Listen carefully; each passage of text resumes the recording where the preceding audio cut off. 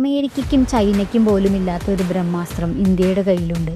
1980കളുടെ അവസാനത്തിൽ ഇന്ത്യയും റഷ്യയും ചേർന്ന് വികസിപ്പിച്ച ലോകത്തിലെ ഏറ്റവും വേഗമേറിയ ഓപ്പറേഷണൽ സൂപ്പർസോണിക് ക്രൂയിസ് മിസൈലുകളിൽ ഒന്നാണ് ബ്രഹ്മോസ്. ഇത് ഇന്ത്യയിലെ ബ്രഹ്മപുത്ര നദിയുടെയും റഷ്യയിലെ മോസ്കോ നദിയുടെയും പേരുകൾ ചേർത്താണ് നാമകരണം ചെയ്തത്.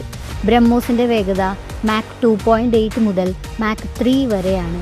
ശബ്ദത്തേക്കാൾ ഏകദേശം 3 മടങ്ങ് വേഗം. ഇത് ഒരു ക്രൂയിസ് മിസൈലാണ്, അതായത് ബാലിസ്റ്റിക് മിസൈൽ പോലെ ആകാശത്തേക്ക് ഉയർന്ന് വളഞ്ഞല്ല വീഴുന്നത്, മറിച്ച് ഭൂമിക്ക് സമാന്തരമായി താഴ്ന്ന ഉയരത്തിൽ ലക്ഷ്യത്തിലേക്ക് സഞ്ചരിക്കും. ഇതിലുപയോഗിക്കുന്നത് റംജറ്റ് എഞ്ചിനാണ്. പറക്കുന്നതിനിടയിൽ അന്തരീക്ഷത്തിലെ ഓക്സിജൻ ഉപയോഗിച്ചാണ് ഇത് ഉയർന്ന വേഗത നിലനിർത്തുന്നത്. ബ്രഹ്മോസ് കരയിൽ നിന്ന്, കടലിൽ നിന്ന്, സബ്മറീനിൽ നിന്ന്, വിമാനത്തിൽ നിന്ന് പോലും വിക്ഷേപിക്കാം. ഇത് പരമ്പരാഗത വാർഹെഡ് ഉപയോഗിച്ച് കൃത്യമായ ലക്ഷ്യത്തെ ആക്രമിക്കാൻ രൂപകൽപ്പന ചെയ്തതാണ്. വേഗതയും താഴ്ന്ന ഉയരവും കാരണം പ്രതിരോധ സംവിധാനങ്ങൾക്ക് പ്രതികരിക്കാൻ സമയം വളരെ കുറവായിരിക്കും. അതാണ് ഇതിൻ്റെ പ്രധാന സ്ട്രാറ്റജിക് ശക്തി. ബ്രഹ്മോസ് ഇന്ത്യയുടെ പ്രധാന സ്ട്രൈക്ക് ശേഷികളിൽ ഒന്നാണ്.